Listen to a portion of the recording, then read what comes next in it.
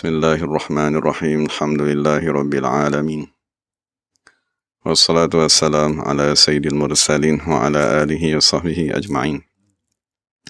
Rabbi shrah lana sudurana wa yassir lana umurana wa hlul 'uqdatam min alsinatina yafqahu aqwalana.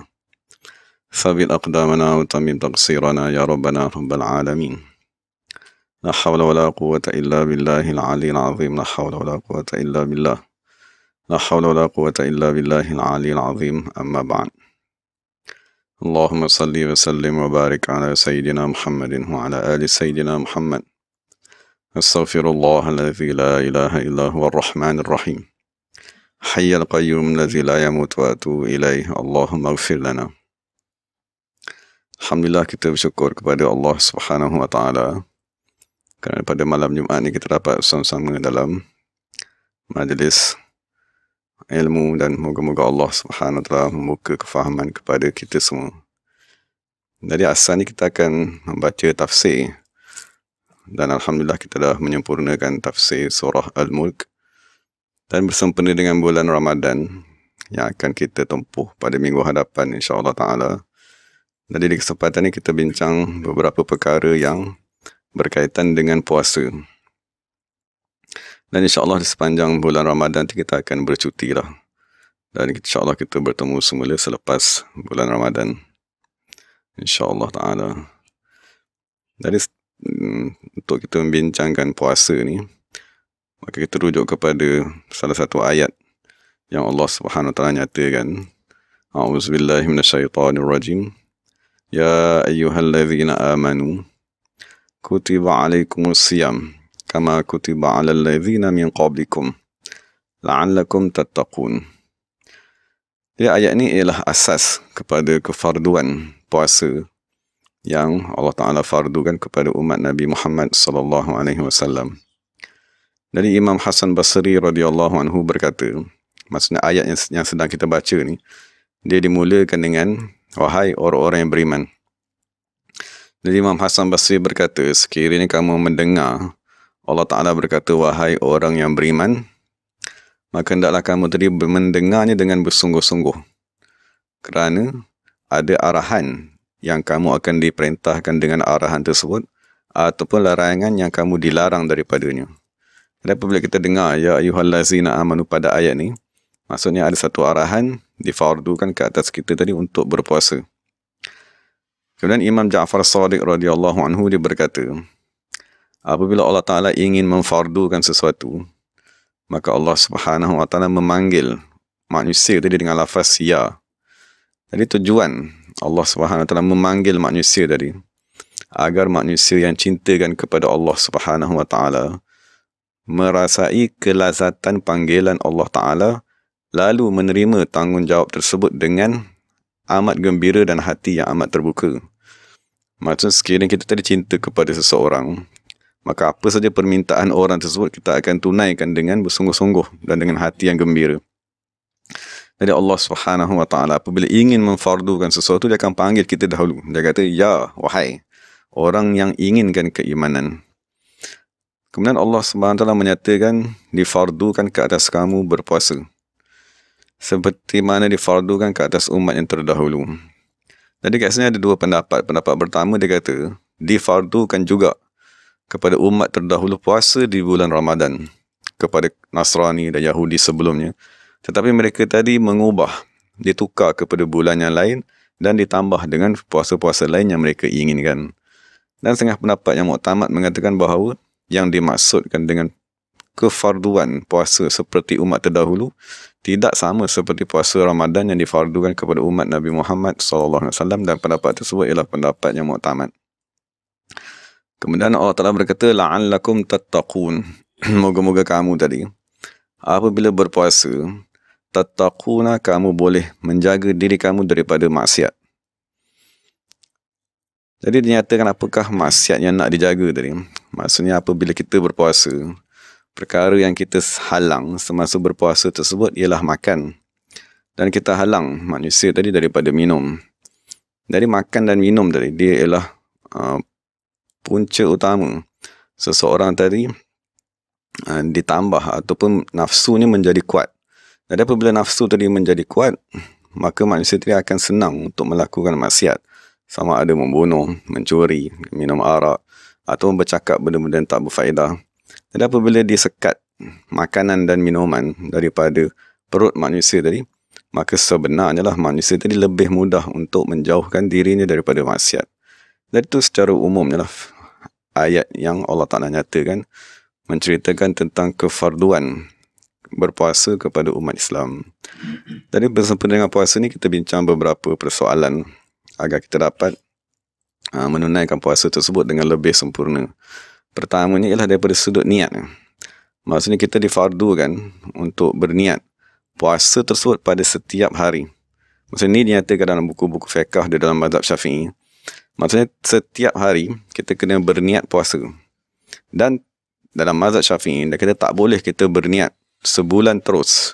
Dia kata sama seperti kita semayang. Dalam satu hari ni kita ada 5 waktu semayang. Seperti semayang Zuhur, Asar. Jadi antara Zuhur dengan Asar ni, tak boleh semasa kita semayang Zuhur tadi kita niat, aku semayang Zuhur, Asar, Maghrib dan Isyak serentak. Satu niat pakai untuk 5 waktu tak boleh.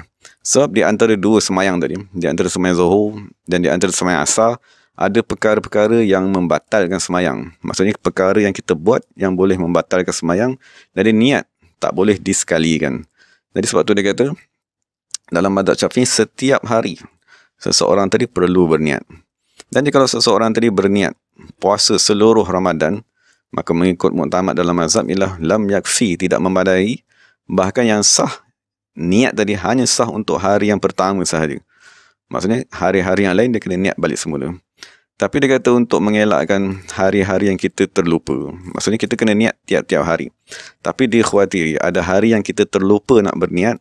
Maka dia nyatakan dalam kitab Fathul Mu'in, dia kata hendaklah kita tadi berniat juga sebulan pada hari yang pertama Ramadan tadi, untuk kita dengan kita tadi bertaklid ataupun mengikut mazhab Imam Malik radhiyallahu ta'ala anhu.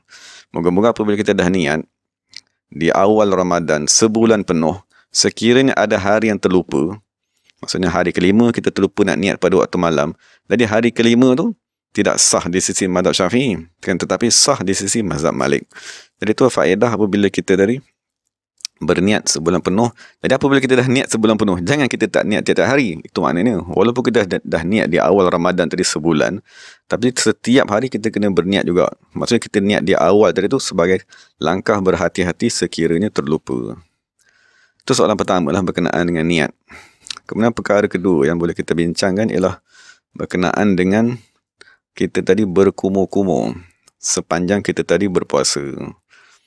Jadi dinyatakan dalam fiqh ni ada beberapa bentuk lah air apabila dia melintas kerongkong kita tadi. Maksudnya yang dihukumkan sebagai kerongkong yang membatalkan tadi ialah di bawah makhraj ha tadi. Maksudnya sekira air melintas daripada makhraj ha dan masuk ke dalam, maka pada ketika itu membatalkan puasa. Jadi dinyatakan ada beberapa keadaan. Maksudnya perkara yang membatalkan sekiranya air tadi masuk melintasi makhraj ha. Maksudnya basuhan-basuhan yang tidak dituntut, seperti berkumur pada kali yang keempat. Maksudnya kita disunatkan berkumur kali yang satu kali berkumur, 2 kali, ketiga. Tiba-tiba kita berkumur yang keempat. Apabila kita kumur pada kali keempat, tiba-tiba air termasuk melepasi makhraj ha tadi, maka batallah puasa seseorang tersebut. Ataupun seseorang tadi mandi dengan niat menyejukkan badan, tiba-tiba air tadi masuk melepasi makhrajnya, maka pada ketika itu batal puasanya. Keadaan kedua ialah keadaan yang membatalkan sekiranya dia tadi berlebih-lebihan. Keadaan yang pertama tadi sama ada dia berlebih-lebihan ataupun dia buat dalam keadaan biasa tapi terlepas juga air, maka batal. Keadaan kedua ni hanya membatalkan puasa ni sekiranya dia tadi berlebih-lebihan, ialah apabila dia tadi membuat perkara yang dituntut tetapi dia buat dengan terlampau banyak. Sebagaimana kita tadi berkumur yang pertama, berkumur yang kedua, berkumur yang ketiga, itu dituntut sebelum kita tadi berwuduk dan seumpamanya, tapi sengaja dia masukkan air banyak-banyak kan, dengan niat moga-moga ada air tadi masuk ke dalam. Sekiranya air tadi terlepas, maka puasanya batal.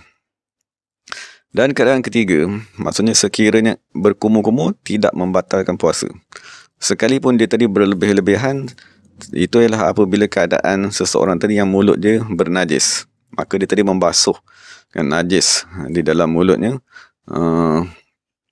dengan niat mengeluarkan najis tersebut.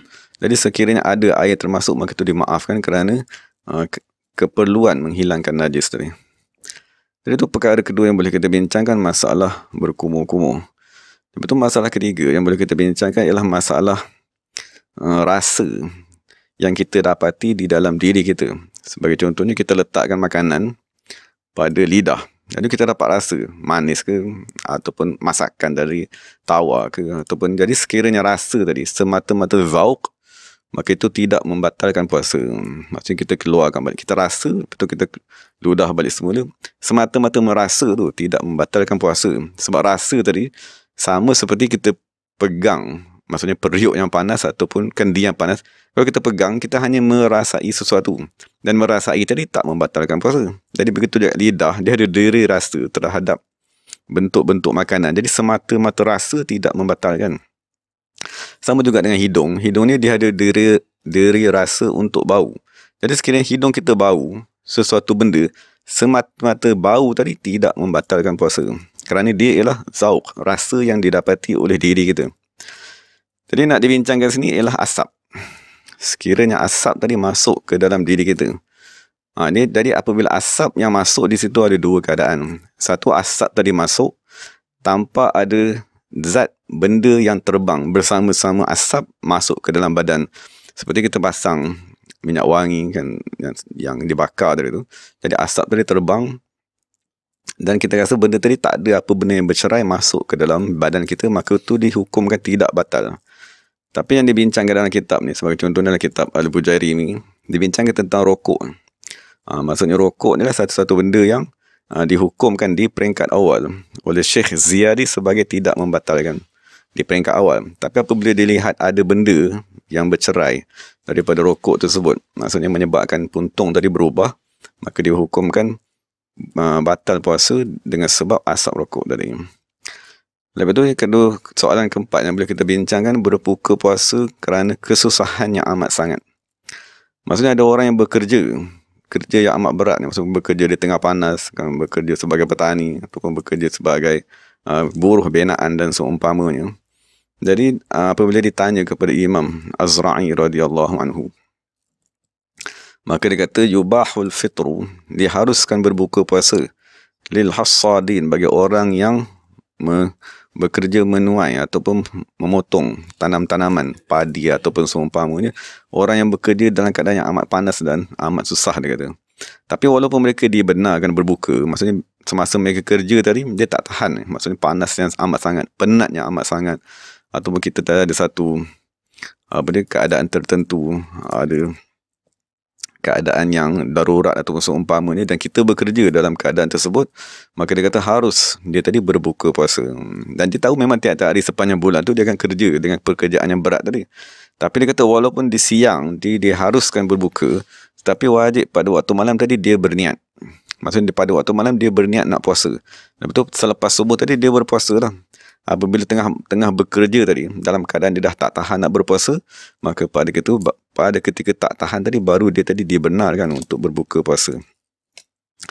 Cuma dalam kitab dia bagi tahu satu syarat. Maksudnya syarat tadi ialah dia memerlukan kepada pekerjaan tersebut. Maknanya sekiranya dia meninggalkan pekerjaan tadi, maka dikhawatiri akan menyebabkan kekurangan kepada nafkahnya. Jadi keadaan yang diperlukan, keadaan yang darurat, keadaan yang terdesak, kerja yang memang dia tak boleh tinggalkan, maka pada ketika itu sekiranya memerlukan kepada dia berbuka puasa, maka dibenarkan.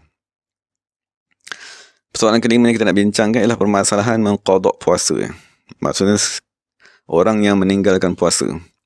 Jadi nyatakan dalam kitab, meninggalkan puasa ni ada beberapa keadaan. Pertamanya, meninggalkan puasa tanpa keuzuran. Maksudnya sahaja kan, di zaman dahulu meninggalkan puasa, maka orang tadi wajib mengqadha puasa tersebut serta-merta. Dan orang yang meninggalkan dengan keuzuran seperti sakit ataupun musafir, maka dia tadi wajib mengqadha puasa, tetapi diberikan masa yang panjang. Maksudnya sebelum masuk Ramadan yang seterusnya. Kemudian dia kata sekiranya ada orang yang mati sebelum dia sempat mengqadha puasanya, maka sekiranya orang tadi dia terlepas puasa tadi dengan sebab keuzuran dan dia mampu untuk mengqadanya, maka pada ketika itu dia tadi berdosa. Maksudnya dia meninggalkan puasa tadi dengan keuzuran. Selepas dia meninggalkan puasa, dia ada masa yang panjang. Allah Ta'ala bagi dia masa yang panjang, tapi dia tak qada. Tiba-tiba dia tadi meninggal dunia. Maka orang tu dihukumkan berdosa dan mesti dikeluarkan daripada harta pusaka yang dia tinggalkan tadi sehari secupak untuk membayar puasa yang tidak dia tadi lakukan. Tapi sekiranya orang tadi meninggalkan puasa sememangnya tanpa keuzuran, kemudian dia tadi mati sebelum sempat menunaikan puasa yang dia tinggalkan tadi, maka orang tadi dihukumkan berdosa juga. Maksudnya, dan dia akan perlu dikeluarkan daripada harta pusakanya satu copak pada setiap hari. Jadi ada satu keadaan sajalah. Kan, maksudnya satu keadaan sekiranya orang tadi meninggalkan puasa dengan keuzuran. Kemudian apabila dia dah dituntut untuk qada, maksudnya dia tak sempat nak qada. Dan bukan sengaja, kan, maksudnya sememangnya masa yang ada tak sempat digunakan untuk qada, tiba-tiba dia meninggal dunia. Maksudnya meninggalkan puasa dengan keuzuran dan tak sempat qada pun dengan keuzuran, maka di situ dia kata falaisa alaihi syai'un. Maksudnya keadaan ketiga ni tak wajib ke atasnya sesuatu apa pun. Maksudnya tak perlu qada dan tak perlu fidyah, wala isma dan tiada dosa ke atasnya. Kemudian kita bincang beberapa nas hadis daripada Nabi Muhammad SAW. Maksudnya hadis yang menceritakan tentang puasa yang akan kita amalkan inilah. Maksudnya antaranya Nabi Muhammad SAW meriwayatkan hadis qudsi yang daripada Allah SWT. Maksudnya Allah Ta'ala berkata, as-sawmu li wa ana ajzi bihi. Maksudnya Allah berkata, puasa bagiku dan aku yang akan membalas puasa tersebut. Jadi ulama bincang, maksudnya apakah makna puasa tadi bagi Allah. Jadi ulama rujuk juga pada salah satu ayat, mana Allah Ta'ala berfirman, wa atimul hajja wal umrata lillah. Kamu sempurnakanlah haji dan umrah lillahi, semata-mata kerana Allah Subhanahu wa Ta'ala. Jadi kat sini ulama bincang, maksudnya semualah ibadat yang kita buat kerana Allah. Kan, maksudnya kita semayang pun kita kata lillahi ta'ala. Kita baca Quran pun kita kata lillahi ta'ala. Kita berzikir pun kita kata lillahi ta'ala. Cuma dalam banyak-banyak ibadat yang kita buat ni, Allah Subhanahu wa Ta'ala dia kata as-sawmu li. Hanya puasa saja yang bagi aku. Dan aku yang akan membalas puasa tersebut. Jadi dalam tafsir, sebagai contohnya tafsir Imam Naisaburi, dia kata, maksudnya ibadat yang kita buat ni banyak. Dan kebanyakan ibadat boleh dilihat oleh manusia. Sebagai contohnya kita semayang. Jadi bila kita semayang, kadang-kadang kita semayang di depan isteri, semayang di depan anak, kan, semayang di depan kawan-kawan. Jadi semayang ni dia ada kebarangkalian untuk dibuat bukan kerana Allah Subhanahu wa Ta'ala. Jadi bila orang semayang, Allah tak kata semayang kau tadi untuk aku. Sebab dia khawatiri semayang yang kita buat tadi ialah kerana orang lain. Kan, kerana riak ke, kerana menunjuk-nunjuk ke, kerana takut orang kata aku tak semayang ke. Jadi Allah tak kata solat kamu tu semata-mata kerana aku. Sama juga dengan ibadat lain, bersedekah contohnya. Kan ada orang tadi bersedekah dengan tujuan supaya orang ambil gambar, kan, orang cerita tentang dia bersedekah dan seumpamanya. Jadi walaupun semua ibadat sepatutnya dibuat kerana Allah Subhanahu wa Ta'ala, tapi ibadat-ibadat yang lain tadi, yang zahir tadi tu, ada kemungkinan bercampur dengan niat-niat yang salah. Jadi kecuali puasa. Maksudnya puasa ni semasa kita sedang puasa, kita nak tunjuk kepada orang tadi tak boleh, sebab dia tidak berbentuk perbuatan. Puasa dialah amalan yang berbentuk meninggalkan makan, meninggalkan seks dan seumpamanya. Jadi apabila dia amalan yang berbentuk meninggalkan, maka kita nak riak tadi tak boleh. Nak menunjuk kepada orang tadi tak, kecuali kita cakap. Tapi dari segi perbuatan puasa tu, dia tak dapat nak ditunjukkan kepada orang. Jadi suatu Allah kata, kalau orang yang benar-benar berpuasa, as-sawmu li, maka dia betul-betul lah puasa tadi kerana aku. Sememangnya dia berpuasa kerana aku, tidak kerana sebab-sebabnya lain. Dan itu sepatutnya lah, kan, sepatutnya orang tadi berpuasa semata-mata kerana Allah Subhanahu wa Ta'ala. Jadi sebagaimana Allah kata sempurnakanlah haji dan umrah semata-mata kerana Allah. Maksudnya ibadat-ibadat yang susah, kan, kalau orang tadi buat juga, maksudnya puasa ni susah, sebab kita kena tahan makan dan minum. Haji dan umrah tadi susah. Tapi kalau kita buat juga ibadat yang susah, maka itu tanda bahawa kita tadi ingin melakukannya semata-mata kerana Allah Subhanahu Wa Taala. Jadi itu hikmat puasa lah. Maksudnya puasa ni dia ibadat yang kita boleh latih untuk kita tadi mengikhlaskan diri kepada Allah Subhanahu Wa Taala. Jadi kalau kita nak dikurniakan dengan keikhlasan, masa kita latihlah diri kita untuk berpuasa. Adapun ibadat lain yang kita buat depan manusia, itu ada nafsu tadi dia biasanya memesongkan daripada kerana Allah Subhanahu Wa Taala ditukarkan kepada makhluk yang lain. Dan soalan yang seterusnya kita boleh bincangkan ialah tingkatan puasa. Maksudnya puasa yang kita amalkan ni, dia ada berapa tingkatan. Jadi ulama berkata, ketahuilah kan bahawa puasa tadi, maksudnya Imam Ibnu Ajibah dia kata puasa ada 3 darjat ni. Dan apabila kita bincang ada darjat ni, tujuannya supaya kita jangan berasa dah selesai. Kan? Maksudnya sekejap lagi Ramadan datang. Lepas tu kita berpuasa 30 hari. Jadi kita rasa dah selesai dah aku puasa. Padahal kita mungkin puasa grade yang paling rendah sekali. Jadi tujuan kita belajar, ada tingkatan-tingkatan puasa ni supaya kita tahu, oh puasa aku masih belum sempurna. Jadi aku kena usahakan supaya puasa aku lebih baik pada masa-masa yang akan datang. Jadi Imam Ibnu Ajibah berkata, puasa ada 3 darjat. Pertama sekali puasa al-awam. Yang kedua ialah wasaumul khawas. Yang ketiga ialah wasaumu khawasil khawasi. Jadi kata ada pun puasa awam, maksud puasa yang peringkat yang paling rendah ialah semata-mata menahan daripada 2 syahwat. Pertama syahwat perut dan syahwat kemaluan. Daripada fajar sehinggalah kepada maghrib. Dalam keadaan dia tadi membiarkan anggota-anggotanya di dalam dosa. Maksudnya mulut nak mengumpat tak apa. Mata nak tengok maksiat tak apa. Telinga nak dengar benda-benda haram pun tak apa. Dan satu lagi kata, membiarkan hatinya dalam kelalaian. Maksudnya hati lalai tak berzikir pun tak apa. Jadi dia kata, wasahibu hadha as-sawmi laysa lahu min sawmihi illa al-ju'. Jadi orang yang puasa dalam keadaan sedemikian tak mendapat melainkan lapar sahaja. Maka itulah sebab Nabi SAW bersabda, siapa yang tidak meninggalkan percakapan dusta, palsu dan beramal dengan perkataan tersebut, maka Allah Ta'ala tidak berhajat pada dia tadi meninggalkan makanan dan minumannya. Itu keadaan puasa yang paling asas. Jadi sekiranya kita puasa dalam keadaan sedemikian, maka kita niatlah untuk kita tadi berubah kan, kepada keadaan yang lebih baik. Adapun saum yang peringkat kedua, yang lebih tinggi lagi, dia panggil saumul khawas. Fahuwa imsakul jawarihi kulliha anil fudul. Maksudnya kita tadi menahan semua anggota daripada perkara yang tidak bermanfaat. Maksudnya mata memandang kepada benda tak faedah pun kita tahan. Lidah bersembang dunia pun kita tahan. Maksudnya apa lagi? Berjalan di tempat-tempat yang tak ada faedah pun kita tahan. Maksudnya apa yang fudul ni? Ialah semua perkara yang mengganggu manusia daripada sampai kepada Allah Subhanahu Wa Taala. Cuma dia kata kesimpulan peringkat kedua ni ialah memelihara anggota zahir dan batin. Sebagaimana kita pelihara tangan, mata, telinga, hidung, maka kita pelihara juga batin kita. Maksudnya hati dan seumpamanya daripada melakukan perkara yang tidak berfaedah. Itulah puasa peringkat kedua. Dan yang terakhir sekali ialah puasa khawasul khawas, ialah memelihara hati daripada memandang kepada selain Allah Subhanahu Wa Taala. Jadi itu 3 tingkatan puasa lah. Jadi sekiranya kita tadi masih berada di peringkat pertama, kita usahalah supaya puasa kali ini kita dapat memelihara semua anggota zahir dan batin. Dan sekiranya anggota zahir kita dah belajar mencuri haram kan, mengumpat haram. Cuma kita belajarlah pula apakah perkara haram pada anggota batin. Apakah yang diharamkan kepada hati kita, kan, apa yang diharamkan kepada akal dan seumpamanya. Dan antara perkara yang kita nak bincangkan adalah apakah perkara yang disunatkan sepanjang kita tadi berpuasa. Jadi nyatakan juga dalam kitab Fathul Mu'in tadi, antara perkara yang disunatkan ialah, maksud kita akan datang, kita akan melihat anak bulan Ramadan.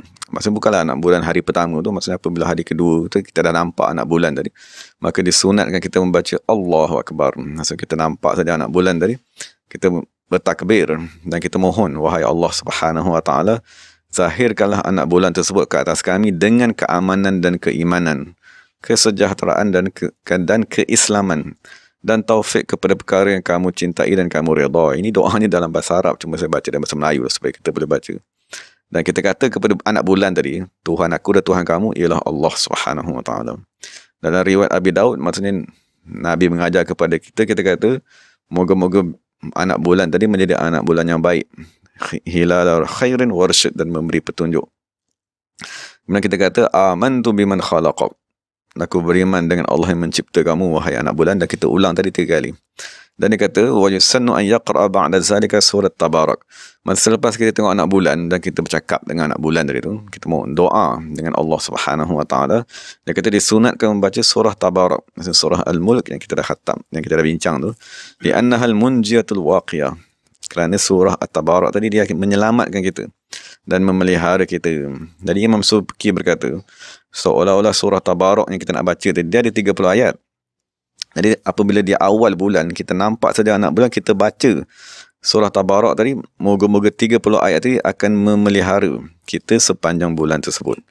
Dan dia kata sesungguhnya sakinah, ketenangan daripada Allah akan turun ketika seseorang tadi membaca surah Tabarak. Dan apabila di awal bulan tadi, kita masuk bulan dengan sakinah daripada Allah, moga-moga sepanjang bulan dan di akhirnya kita akan dikurniakan dengan sakinah tersebut. Dan Nabi Muhammad SAW membaca surah tersebut ketika dia nak tidur. Dan perkara kedua yang disunatkan sepanjang kita tadi berada di bulan Ramadan ialah tasahur. Maknanya kita tadi bersahur. Jadi Nabi SAW bersabda, kamu bantulah diri kamu untuk berpuasa pada siang hari dengan bersahur pada waktu pagi. Dan kamu bantulah diri kamu untuk bangun qiyamul lail dengan tidur sedikit pada waktu siang. Dan hadis juga Nabi berkata, bersahurlah kerana sesungguhnya pada sahur tersebut ada keberkatan. Kesimpulannya dia kata, sahur masuk waktunya pada setengah malam. Maknanya kita kata pukul 12 lah. Pukul 12 ataupun 12.30. Jadi kata makan sebelum daripada setengah malam tidak dihukumkan sebagai sahur. Maksud apabila tak dihukumkan sebagai sahur, fala yahsulu bihi sunnah. Maka tak dihukumkan sebagai sunat. Dan dia kata paling afdal kita bersahur ni ialah kita melewatkannya sehingga dekat-dekat nak masuk waktu fajar. Dengan kadar membaca 50 ayat Al-Quran. Maksud lebih kurang 15 minit sebelum azan tu kita makan sahur tu yang paling afdal sekali. Jadi persoalannya apakah hikmat bersahur tadi? Ulama ada 2 pendapat. Pertama ni ialah at-taqawi, menguatkan diri lah untuk berpuasa pada siang hari. Dan pendapat kedua dia kata mukhalafatu ahlil kitab. Maksudnya kita nak membezakan diri kita dengan Yahudi dan Nasrani. Sebab Yahudi dan Nasrani mereka berpuasa tanpa bersahur. Jadi perkara ketiga yang disunatkan ialah memakai wangi-wangian pada ketika waktu sahur. Sebab kita telah maklum sepanjang puasa tadi tak dibenarkan atau makruh memakai wangi-wangian. Jadi selepas kita sahur, pakai, maksudnya kita dah mandi bersih, kita pakai wangi-wangian, lepas baru kita sembahyang subuh. Dan disunatkan kita membaca doa yang kita dah maklum lah apabila kita tadi berbuka puasa. Allahumma laka sumtu wa bika amantu ala rizqika aftartu, sehinggalah habis doa tersebut. Dan ada perkara yang disunatkan sepanjang kita berada di bulan Ramadan ialah mandi seperti kita mandi wajib sebelum azan subuh. Ini satu perkara yang disunatkan lah. Maksudnya supaya sekiranya kita dah mandi, jadi kita tak perlu lagi dah mandi masa kita berpuasa tadi untuk mengelakkan air masuk melalui mulut atau hidung, telinga dan seumpamanya. Jadi disunatkan kita mandi sebelum azan subuh tadi. Kerana ada hadis. Maksudnya hadis yang ulama kata hadis ini dah dimansuhkan ataupun hadis tadi dah dinasahkan. Maksud Nabi kata sallallahu alaihi wasallam, siapa yang berpagi dalam keadaan tidak mandi, maksudnya tak mandi wajib ke ataupun dalam keadaan masih belum bersih jasadnya daripada hadas kecil ataupun daripada hadas besar tadi, fala saumalahu, maka tak sah puasanya. Tapi ulama dalam mazhab Syafi'i mengatakan hadis ini telah dimansuhkan. Bahkan sekiranya kita bangkit selepas azan dalam keadaan berjunub, puasa kita tadi sah. Cuma untuk mengelakkan ada pendapat-pendapat yang mengatakan tak sah tadi, maka kita disunatkan mandi sebelum daripada solat subuh. Dan antara perkara ke-6 yang disunatkan sepanjang kita berada di bulan Ramadan ni ialah qiraatul Quran. Jadi kita maklumlah membaca Al-Quran ni macam-macam kita boleh baca kan. Kita boleh baca 20 juzuk, 30 juzuk seumpamanya. Cuma dalam ni dia kata, ulama salah berkata, la an aqra'a idza zulzilat wal qari'ah atadabbaruhuma wa atafahhamuhuma ahabbu ilayya min aqra'al Qur'ana kullah. Ini yang dimasukkan dengan baca Quran. Maksud kita sememanglah dituntut di bulan Ramadan ni membaca Al-Quran. Tapi apakah maksud nak kita disuruh membaca Quran tadi? Adakah kita disuruh semestinya nak khatam 30 juzuk kan? Maksudnya kalau kita tak mahir baca Quran, macam mana kita nak khatam? Jadi yang diajarkan kepada kita oleh ulama salaf, dia kata, sekiranya aku membaca satu surah, iaitu surah Az-Zalzalah, yang pendek tadi tu, ataupun surah Al-Qari'ah, idza Al-Qari'atu mal-Qari'ah, dan atadabbaruhuma, dan aku mengkaji, merenung makna-makna, apakah makna tersirat, makna zahir, batin seumpamanya, wa atafahhamuhuma, dan aku cuba memahami dua surah tersebut. Dia kata dua surah ni saja kalau kita cuba faham kan, lebih daku cintai daripada daku membaca keseluruhan Quran tersebut. Jadi itu yang dikehendaki di dalam bulan Ramadan ni. Maksudnya Allah Ta'ala menurunkan rahmat yang banyak di bulan Ramadan. Maksudnya sekiranya kita berusaha berfikir pada makna-makna ayat Quran, dengan sebab rahmat yang turun tadi, maka akan datang panduan daripada Allah untuk kita memahami walaupun satu ayat, untuk kita memahami walaupun dua ayat. Jadi itu makna rahmat turun tadi. Rahmat tadi ialah ilmu yang teragung daripada Allah Subhanahu Wa Ta'ala. Dan Imam Hasan Basri berkata, sesungguhnya orang di zaman dahulu, maksudnya sahabat-sahabat Nabi, mereka memandang Al-Quran tadi ialah satu rasail ilahi min rabbihim, maksudnya satu surat yang dihantar kepada mereka daripada Allah Subhanahu Wa Ta'ala. Jadi kalau kita kata Quran yang sedang kita baca tadi ialah satu kitab arahan daripada Allah. Jadi apa mereka buat? Fakanu yatadabbarunaha bil-lail. Jadi orang zaman dahulu mereka mengkaji apa yang Allah nak arahan ni pada waktu malam. Wa yunafidhunaha bin-nahar. Dan mereka melaksanakannya pada siang hari. Jadi itulah makna membaca Al-Quran yang disunatkan kita tadi baca, sama ada di bulan Ramadan ataupun di luar bulan Ramadan. Itu perkara keenam yang disunatkan ialah membaca Al-Quran dan menghayatinya dan niat untuk mengamalkannya. Bukan semata-mata kita niat, nak khatamkan 30 juzuk, kan, sebab ada majlis di masjid atau majlis di surau, kan, bahkan kita niat untuk mengamalkannya. Dan mengamalkannya tadi memerlukan kepada kefahaman, kan, memerlukan kepada orang yang menerangkan dan seumpamanya. Dan sebagai penutupnya, kita bincang beberapa adab lah yang boleh kita ambil panduan sepanjang bulan Ramadan ni. Antaranya yang dinyatakan oleh Imam Abdul Wahab Sya'rani radhiyallahu anhu. Jadi dia kata, pertama sekali, yang penting sekali, an yatajannaba syiba'al mufrid. Hendaklah kita tadi berhati-hati daripada kenyang yang melampau. Maksudnya kita akan makan juga bulan Ramadan ni. Pertama ni makan sahur, dan keduanya makan berbuka. Jadi sekiranya kita sahur makan sekenyang-kenyangnya, berbuka pun makan sekenyang-kenyangnya, maka orang tadi sebenarnya tidak berpuasa di bulan Ramadan. Dia cuma melengahkan makan tengah hari dan melengahkan makan, dia mencepatkan makan tengah hari ataupun melengahkan makan malam. Jadi dia kata wasyiba'u aslul qaswati wal ghaflah. Kerana kenyang yang melampau tadi ialah punca kepada hati yang keras dan kepada kelalaian hati tersebut. Maka Nabi Muhammad SAW bersabda, tidak pernah manusia tadi memenuhkan satu bekas yang lebih jahat daripada perutnya sendiri. Kerana apabila dia memenuhkan perutnya dengan makanan, akan terbit daripada itu malas, terbit daripadanya hati yang keras, penyakit dan seumpamanya. Maka Nabi berkata, memadailah anak Adam beberapa suap untuk menegakkan tulang belakangnya. Dan dia kata kalau nak makan banyak juga, maka Nabi kata makanlah 1/3 untuk makanan, kan, 1/3 tadi untuk air, dan 1/3 untuk dia tadi bernafas. Dan sebagian ulama berkata apabila perut tadi kenyang, maka semua anggota akan lapar. Mata lapar nak tengok maksiat, kan, telinga lapar nak dengar maksiat, kemaluan lapar, semuanya dia akan terdorong untuk berbuat maksiat tadi. Dan apabila perut tadi lapar, macam kalau perut tadi kenyang, kan anggota lain lapar. Tapi sekiranya perut tadi lapar, maka anggota lain semuanya akan menjadi kenyang.